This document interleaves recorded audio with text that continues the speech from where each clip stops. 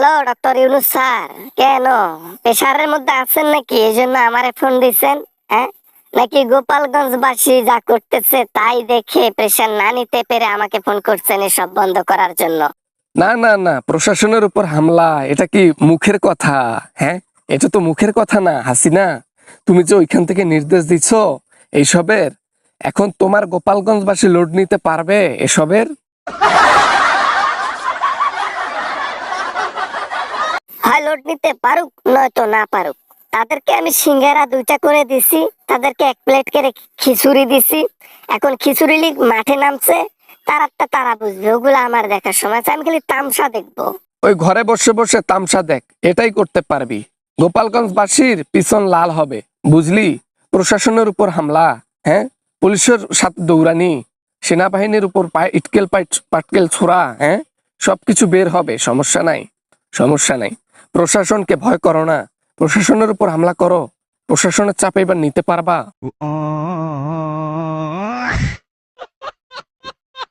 আমি চাপ নেব কেন? আমি তো শুধু লেলিয়ে দিয়ে তামসা দেখবো। আমি তো শুধু লেলিয়ে দিয়ে খিচুড়ি পাঠাবো, আর খিচুড়ি লিগ যা করা লাগে করবে, ওগুলা ওদের উপর ছেড়ে দিচ্ছি, আমি টেনশন নেব না। আজকে তোমার মতো ব্যক্তি দেশের মধ্যে নাই বিধায় তোমরা যে কাজগুলা করতেছো, বাইরে থেকে যে ক্ষতিগুলা করতেছো, এটা কোনো মানুষও করতে পারে না। মনুষ্যত্ব বলতে কিছু নাই নাকি তোমাদের? হ্যাঁ,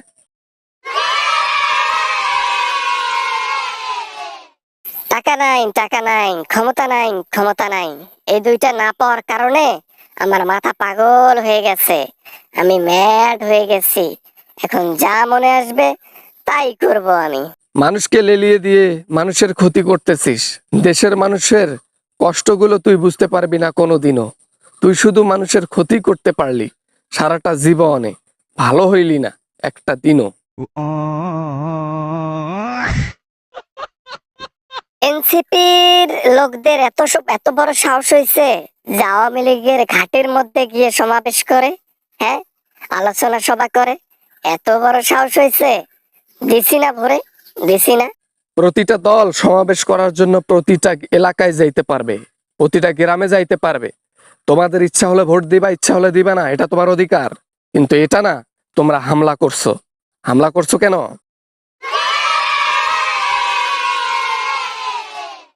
হামলা করতে বলছি, পাল্টা ধাওয়া করতে বলছি দেশে অশান্তি আনার জন্য।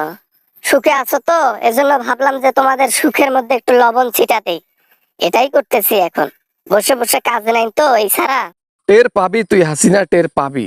আজ নয় তো কালকে মোদি যখন ক্ষমতা হারিয়ে বসে থাকবে, অন্য দেশে গিয়ে সেটেলড হবে, তুই কোনো দেশের ভিসা না পেয়ে বাংলাদেশে আসবি, তখন টের পাবি। দেখি তুই কই যাস।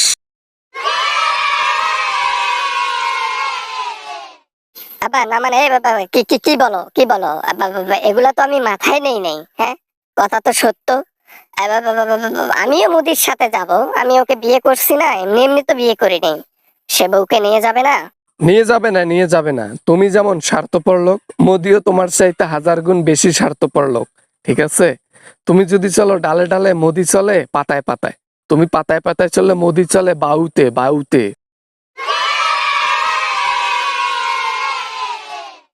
আমাকে পেইন দেওয়া লাগবে না, আমাকে টেনশনে ফেলা লাগবে না। গোপালগঞ্জবাসীর চাপ আগে সামলাও, হ্যাঁ, চাপটা আগে সামলাও।